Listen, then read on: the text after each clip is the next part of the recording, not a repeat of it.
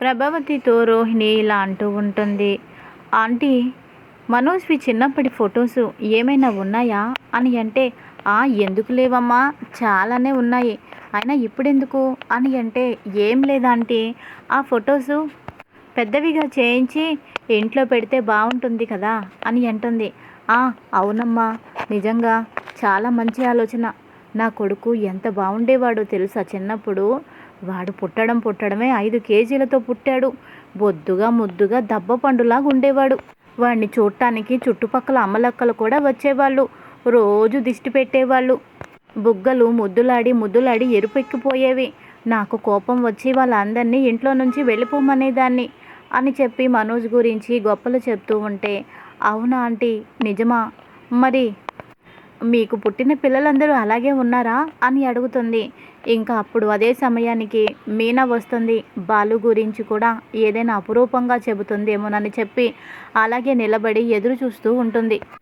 ఇక మీనా బాలు గురించి వినడానికే అక్కడ నిలబడిందని అర్థం చేసుకున్న రోహిణి మీనా వైపు ఒకసారి చూసి తర్వాత ప్రభావతితో, ఆంటీ, మీరు మనోజ్ గురించి చెప్పారు, మరి మీ ఇంకో అబ్బాయి బాలు గురించి అని అనగానే, ఏం చెప్పమంటావులేమ్మ, ఎలుక పిల్లలాగా పుట్టాడు, 2 కేజీల బరువు కూడా లేడు, అసలు చూడటానికి కూడా ఎవ్వరూ వచ్చేవారు కాదు, వాడు పుట్టిన తరువాత ఓ ప్రాంతానికి కరువు కూడా వచ్చింది అని చెప్తూ ఉండగానే రోహిణి పక్కపక్క నవ్వుతుంది. ఆంటీ, ఎలాగో ఇప్పుడు మీ మనసు గెలుచుకోలేదు, అప్పుడు కూడా మిమ్మల్ని అంతే బాధ పెట్టాడన్నమాట అని అనగానే, ఏం చెప్పమంటావమ్మా, అంతా నా కర్మ, అంతా నా తలరాత అని అంటూ ఉండగా చాలా కోపంతో మీనా వస్తుంది. చీర చెంగు కోపంతో దోపుకొని ఇలా వస్తుంది. చూడండి అత్తయ్య, ఇంకోసారి ఆయన గురించి పరాయి వాళ్ళ ముందు తక్కువ చేసి మాట్లాడితే నేను ఊరుకోను.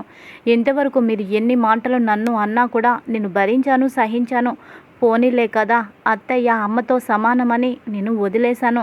నా భర్తకి జన్మనిచ్చారు కాబట్టే ఇప్పుడు కూడా మిమ్మల్ని నేను వదిలేస్తున్నాను. కానీ ఇంకోసారి మీరు ఆయన గురించి తక్కువ ఎక్కువ మాట్లాడితే చూస్తూ మాత్రం నేను ఊరుకోను.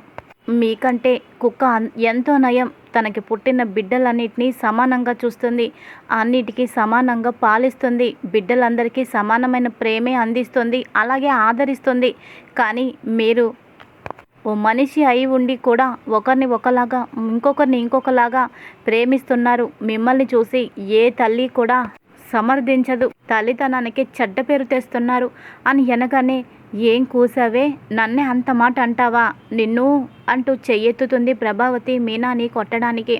ఇక అప్పుడు సత్యం వస్తాడు. వచ్చి, చెయ్యి దించు ప్రభావతి, ఆ చెయ్యి కానీ నువ్వు దించకపోతే ఆ చెయ్యి లేకుండా చేస్తాను అని అంటే, ఏం మాట్లాడిందో చూసారా, విన్నారా, నేను తల్లితనానికి మచ్చ తెస్తానట అని అంటే, తను చాలా తక్కువ మాట్లాడింది. ఇంకొకరైతే అదే బయట ఇరుగు పొరుగు వాళ్ళు నీ మాటలు వినుంటే కాండ్రించి ఉమ్ము వేసేవాళ్ళు. ఏం మాట్లాడుతున్నావు నువ్వు బాలు గురించి? వాడు ఎలా పుట్టాడు, ఎలా పెరిగాడు అన్నది కాదు. ఈరోజు వాడి వల్లే 4 వేళ్ళు నోట్లోకి వెళ్తున్నాయి. వాడి వల్లే ఈ ఇంట్లో మనం నీడ పట్టును బ్రతుకుతున్నాము. వాడి ఎండనక వాననక బయటకు వెళ్ళి కష్టపడి ఎన్నో ఇబ్బందులు పడి సంపాదించి తీసుకొచ్చి పెడుతున్నాడు. అందుకనే నీకు వాడి విలువ తెలియడం లేదు. 104 డిగ్రీల జ్వరంతో కూడా వాడు కిరాయికి వెళ్ళి సంపాదించి తీసుకొచ్చిన రోజులు కూడా ఉన్నాయి. ఓ తండ్రిగా ఇప్పుడు చెప్తున్నాను, వాడే కానీ బాలునే కానీ నా కడుపున పుట్టి ఉండకపోతే ఎప్పుడో నేను చచ్చిపోయి ఉండేవాడిని. నువ్వు కూడా నాతో పాటు చచ్చిపోయేదానివి. ఎందుకంటే ఆర్థిక ఇబ్బందులతో ఎన్నో కుటుంబాలు ఎన్నో చేసుకోవడం మనం చూస్తూనే ఉన్నాము. నా కొడుకు బంగారం, వాడి పుట్టడంతోనే నిజంగా మేము ఇలా ఉన్నాము. ఓ సోమరిపోతు కొడుకుని ఎందుకు కన్నానా అని చాలా బాధపడుతున్నాను. తండ్రిని కదా, కన్న పేగు మీద ప్రేమతో నేనేమీ అనలేకపోతున్నాను. కానీ నువ్వు కళ్ళ ముందు జరుగుతున్నది చూస్తూ కూడా కావాలనే నువ్వు బాలుని చాలా మాటలు అంటున్నావు. ఎన్నాళ్ళు భరించింది, సహించింది. మీనాకి కోపం వస్తే ఏం చేస్తుందో నాకు కూడా తెలీదు. ఆ కోపాన్ని చూడాలని నువ్వు అనుకోవద్దు అని అంటాడు. ఇక తర్వాత రోహిణి, వదిలేండి ఆంటీ అని అనడంతో అక్కడి నుంచి ప్రభావతి వెళ్ళిపోతుంది. ఇక ఇదిలా ఉండగా ఇంకొక పక్కన మీనాక్షి బయటకు వెళ్తూ ఉండగా తనకి సేటు కనిపిస్తాడు. సేటు కనిపించి, ఆగండి అని అనడంతో మీ కామాక్షి వెనక్కి తిరిగి చూస్తుంది. ఇక సేటు అవ్వడంతో ఆ సేటు ఏంటి నేనేదో నీ దగ్గర బాకీ ఉన్నట్టు, నేనేదో నీకు డబ్బులు ఇవ్వాలన్నట్టు రోడ్డు మీద వెళ్తుంటే పిలిచి మరీ మాట్లాడతావేంటి అని అంటుంది. డబ్బులు కావాల్సి వచ్చినప్పుడు ఒకలాగా, అవసరం తీరిపోయినాక మరోలాగా. ఏది ఆవిడ, ఏది ప్రభావతి? ఫోన్ చేస్తే ఫోన్ పనిచేయదు, ఇంటికేమో రావద్దంటుంది, వడ్డీ డబ్బులేమో ఇవ్వాలి. 4 నెలలకు గాను 1 నెల కడితే సరిపోతుందా? మరో 3 నెలలు వడ్డీ డబ్బులు ఏవి? ఆ రోజు నువ్వు కూడా తనతో పాటు వచ్చావుగా, సాక్షిగా సంతకం కూడా పెట్టావు కదా. తను ఎలాగో కట్టట్లేదు, డబ్బు నువ్వే సాక్షిగా కట్టాలి. పద, ఎక్కడికి వెళ్తావో నేను అక్కడికే వస్తాను అని అనడంతో ఇంకా కామాక్షి, ఏం మాట్లాడుతున్నావు నువ్వు? ఏదో తెలిసినావిడ కదా అని సంతకం పెట్టాను, అంత మాత్రాన డబ్బు మొత్తం నేనెలా కడతాను అని అంటుంది. ఇక పక్కనున్న ఒకరిద్దరిని పిలుస్తాడు. పిలిచి వెళ్ళిపోయే వాళ్ళని నిలబెట్టి, ఈవిడ సాక్షి సంతకం పెట్టింది, డబ్బు తీసుకున్న ఆవిడ మొహం చాటేసింది, ఫోన్ కూడా ఎత్తడం లేదు, అప్పుడు ఆ డబ్బు ఎవరిని అడగాలి అని అనడంతో, అమ్మా నువ్వే సాక్షిగా సంతకం పెట్టినప్పుడు నువ్వే కదా కట్టాలి, కనీసం వాళ్ళ ఇల్లు ఎక్కడుందో అదైనా చూపించాలి కదా. ఎవరి డబ్బులు తేరగా తింటారు, సేటు మీరు అన్నదానిలో తప్పేమీ లేదు అని అనడంతో కామాక్షి ఇక భయపడిపోతుంది. సేటు ఈసారి నన్ను వదిలేయండి, తనని తీసుకొచ్చి మీకు అప్పగిస్తాను, నన్నైతే వదిలేయండి అని బ్రతిమాలుతుంది. తనని కానీ అప్పచెప్పకపోతే ఊరుకోను, మర్యాదగా ఉండదు అని తన చేతిలో ఫోన్ లాక్కొని ఫోన్ నెంబర్ కూడా తీసుకుంటాడు. కామాక్షి ఏడ్చుకుంటూ ఇంటికి వెళ్ళిపోతుంది. ఇంటికి వెళ్ళిపోయి ప్రభావతికి ఫోన్ చేస్తుంది. ఇక ప్రభావతి ఫోన్ లిఫ్ట్ చేస్తుంది. ఆ వదిన చెప్పండి అని అనడంతో, ఏం చెప్పమంటావు వదిన, నాకు ఘోరమైన పరాభవం జరిగింది అని అంటే, ఏం జరిగింది అని అంటుంది. అది నీ వల్లే వదిన అని అంటే, నా వల్ల ఏం జరిగింది ఇంతకీ అని అంటుంది. ఆ సేటు రోడ్డు మీద నన్ను డబ్బులు అడిగాడు అని అంటే, మరి డబ్బులు తీసుకున్నప్పుడు ఇచ్చేయాలి కదా అని అంటుంది ప్రభావతి. మరి ఆ పని నువ్వెందుకు చేయడం లేదు అని అంటుంది. ఏమంటున్నావు, నా గురించా అని అంటుంది. అవును వదిన, ఆ రోజు నువ్వు డబ్బు తీసుకున్నప్పుడు సాక్షిగా నిన్ను సంతకం పెట్టాను కదా, అందుకని వాడు నన్ను పట్టుకున్నాడు. డబ్బులు ఇప్పిస్తావా చేస్తావా అంటూ పంచాయతీ పెట్టాడు. అస్సలు వదలలేదు, కాలు చేతులు నాకు ఆడలేదు. ఏం చేస్తావో నాకు తెలీదు. ఆ డబ్బు వాడికి ఇచ్చేసి అక్కడ నా సంతకం లేకుండా చేయాలి. నాకే సంబంధం లేదని నువ్వు చెప్పకపోతే బాగోదు వదిన. మీ అన్నయ్యకి కానీ తెలిస్తే నన్ను ఊరుకోరు, నన్ను చంపేస్తారు. ఏం చేస్తావో నాకైతే తెలీదు. ఈ డబ్బుల వల్ల మన సంబంధం దెబ్బతినకూడదు, అదే నేను కోరుకుంటున్నాను అని చెప్పేసి ఫోన్ పెట్టేస్తుంది. ఇక ప్రభావతి డల్గా ఉండడంతో రోహిణి, ఏమైంది ఆంటీ డల్గా ఉన్నారు అని అంటే, ఏం చెప్పమంటావు రోహిణి, నీకు చెప్పినా అనవసరం అని అంటుంది. పర్వాలేదు చెప్పండి ఆంటీ అని అంటుంది. ఇక రోహిణి, ఆ రోజు ఇల్లు తాకట్టు పెట్టి ఆ డబ్బు నీకు ఇచ్చాను, నువ్వు బ్యూటీ పార్లర్ పెట్టుకున్నావు, కానీ ఇంతవరకు ₹1 కూడా ఇవ్వలేదు. అంటే నీ దగ్గర కూడా లేకే నువ్వు ఇవ్వలేదనుకో, కాకపోతే ఆ సేటు మాత్రం అసలు ఒప్పుకోవడం లేదంట. డబ్బులు ఇస్తావా లేదా అంటూ మీ కామాక్షి అక్కడ సాక్షి సంతకం పెట్టింది, తనని నిలదీశాడంట. తను ఏడుస్తూ ఫోన్ చేసింది అని అనడంతో, అవునా ఆంటీ, ఇప్పుడెలా, ఇప్పుడు ఏం చేద్దాం? ఏదో ఒకటి చేద్దాంలే ఆంటీ, మీ అబ్బాయికి జాబ్ వచ్చింది కదా, ఈ నెలాఖరు ఎలాగో అయిపోతుంది, 1-2 తారీఖుల్లో శాలరీ వస్తుంది కాబట్టి వాటిని మీరు అందాక సేటుకి కట్టచ్చు, మీరేం కంగారు పడకండి అని అనడంతో, వీడికి జీతమా? నా జీవితంలో వీడికి జీతం రావడం, ఆ జీతం డబ్బులు నా చేతిలో పెట్టడం ఇంతవరకు నేను చూసింది లేదు, ఎరిగింది లేదు.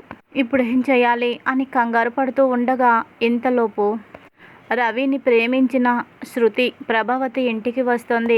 ఇక మీనా శృతిని చూసి, ఏంటి శృతి ఇలా వచ్చావు, ఇంట్లో అందరూ బాగున్నారా అని పలకరిస్తుంది. ఆ మీనా, అందరూ బాగున్నారు, నువ్వెలా ఉన్నావు, ఏంటి అసలు రావడమే మానేసావు నువ్వు అని అంటుంది. నాకెక్కడ కుదురుతుంది నీ దగ్గరికి రావటానికి, ఇంట్లో చాలా పనులుంటాయి కదా అని అంటుంది. ఈ పనులన్నీ ఎప్పుడు ఉండేవే, సరదాగా రావచ్చు కదా, పైగా నీ వాయిస్ అందరికీ నచ్చింది, ఎంచక్కా నువ్వు కెరియర్గా నీ వాయిస్ని ఎంచుకోవచ్చు కదా అని అంటే, అవన్నీ నాకు అంతగా ఇష్టం లేదు. సరే కాఫీ తాగుతావా టీ తాగుతావా అని అంటే, ఏమి తాగను, గతికితే అతకదంటారు అని అనగానే మీనాకి అర్థం కాదు. అదేంటి అలా అంటున్నావు? పెళ్లి చూపులకి వచ్చిన వాళ్ళు సంబంధం కలుపుకోవాలి అని ప్రయత్నిస్తున్నప్పుడు ఏమి తినరు, ఏమి తాగరు, కానీ నువ్వేంటి ఇలా అంటున్నావు అని అంటే ఏమీ లేదులే అని అంటుంది. ఇక మీనా సరే జ్యూస్ అయినా తెస్తా ఉండు అని కిచెన్లోకి వెళ్తుంది. ఇంతలోపు ప్రభావతి, రోహిణి ఇద్దరు వస్తారు. ఎవరమ్మా నువ్వు అని అంటే, ఆంటీ నా పేరు శృతి ఆంటీ అని చెప్పి తన తండ్రి గురించి చెప్పడంతో రోహిణి, అంటే వీళ్ళు బాగా సౌండ్ పార్టీ అన్నమాట. ఇంతవరకు నేను మీనా ఇద్దరం ఒకలాగే మధ్యతరగతి కుటుంబాల నుంచి వచ్చిన వాళ్ళం. ఈ శృతి మాత్రం బాగా సౌండ్ పార్టీయే, పైగా ఒక్కతే అమ్మాయి అని మనసులో అనుకుంటూ ఉంటుంది. ఇల్లు వెతుక్కుంటూ ఇక్కడికి వచ్చింది అంటే కొంపదీసి మా మరిది రవిని కానీ ప్రేమిస్తుందా? ఒకవేళ ప్రేమిస్తే మంచిదేలే, మా ఫ్యామిలీ వీళ్ళ ఫ్యామిలీ వల్ల సెటిల్ అయిపోవచ్చు అని అనుకుంటూ ఉంటుంది మనసులో. ఇక తర్వాత, ఇంతకీ ఇక్కడికి ఎందుకు వచ్చావు? మా రవి కోసమా అని రోహిణి అడుగుతుంది. అవును, రవి కోసమే వచ్చాను. నేను రవిని ప్రేమిస్తున్నాను. రవికి నాకు పెళ్లి చేయండి అని అనడంతో ప్రభావతి షాక్ అవుతుంది.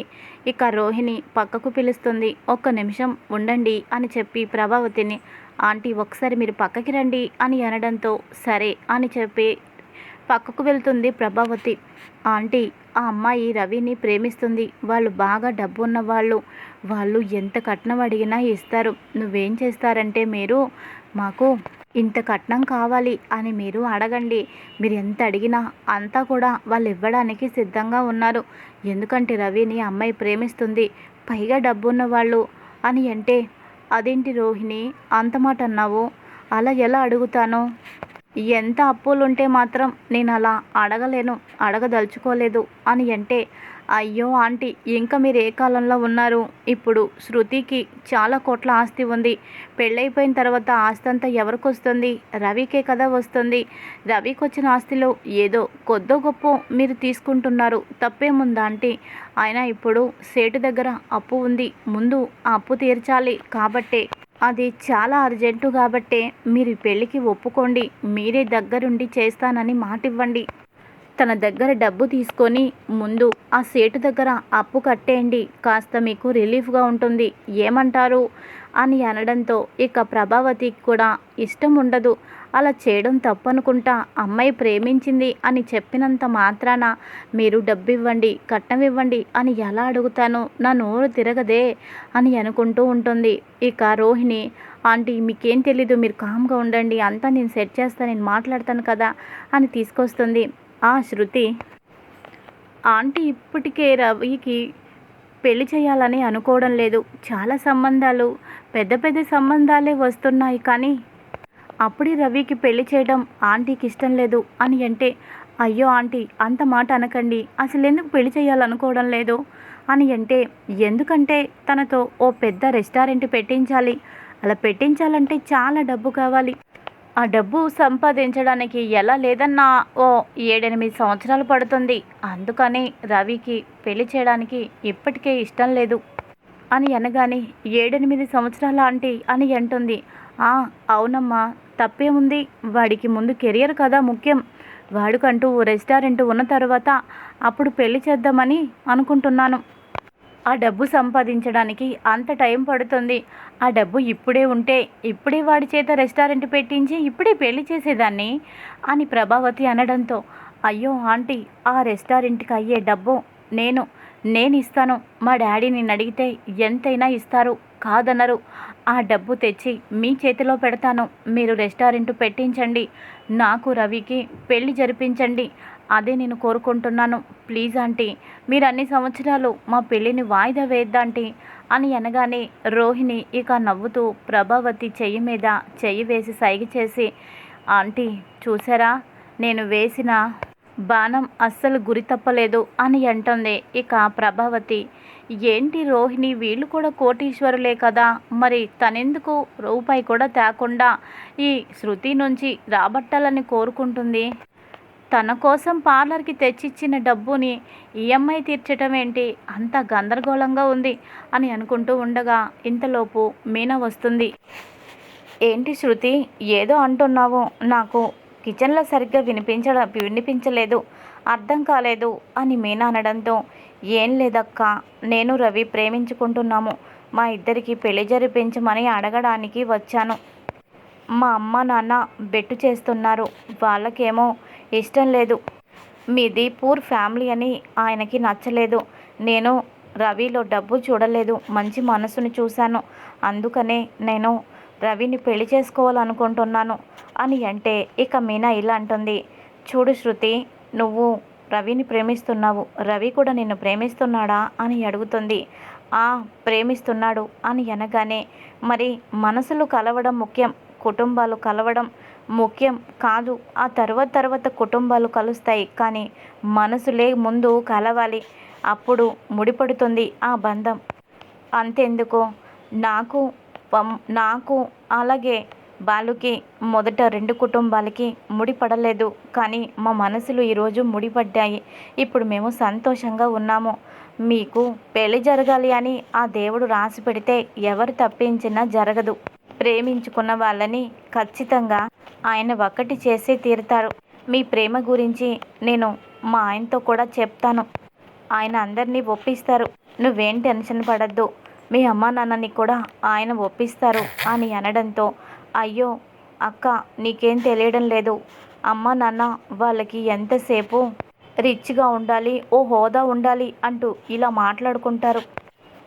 వాళ్ళ మాటలు నాకు నచ్చవు, దయచేసి మా పెళ్లి బాధ్యత మీరే తీసుకోవాలి అని అనడంతో, ఇక ప్రభావతి, శృతి, నువ్వేంటి తనతో చేతులు కలుపుతున్నావు, తను ఒప్పుకోనేదేంటి, అసలు తనని నువ్వు బ్రతిమాలేదేంటి, మీ ఇద్దరికి పెళ్లి జరిపించాలా వద్దా అన్నది నా చేతుల్లో ఉంది, నేను తలుచుకుంటే ఏదైనా జరుగుతుంది, నువ్వు తననెందుకు బ్రతిమాలుతున్నావు, వాళ్ళు చేసేదేమీ లేదు, నేను చెప్పింది విన్నావు కదా, దాని ప్రకారమే జరుగుతుంది అని అంటే, అర్థమైందంటే, రెస్టారెంట్ పనే కదా, ఈ రోజు నుంచి ఆ పని మీదే నేను ఉంటాను అని అనగానే మీనా, ఏంటి రెస్టారెంటా, ఏంటది అని అంటే, అది అక్క, ఆంటీ ఏమంటున్నారంటే, ముందు రవి పేరు మీద ఓ మంచి రెస్టారెంట్ పెట్టించమంటున్నారు, అది పెట్టించినాకే పెళ్ళి అని అంటున్నారు అని అంటే, ఆడపిల్లవి, ఎంత మీ పుట్టింటి వాళ్ళు కోటీశ్వరులు అయితే మాత్రం ఆ డబ్బుని అడ్డం పెట్టుకొని నిన్ను ఇలా బ్లాక్మెయిల్ చేయడం భావ్యం కాదు. నువ్వు డబ్బు ఇచ్చినా ఇవ్వకపోయినా మా చేతుల్లో డబ్బులు ఖర్చు పెట్టి గుడిలోకైనా తీసుకువెళ్ళి నీకు రవికి పెళ్లి జరిపిస్తారు మా ఆయన బాలు.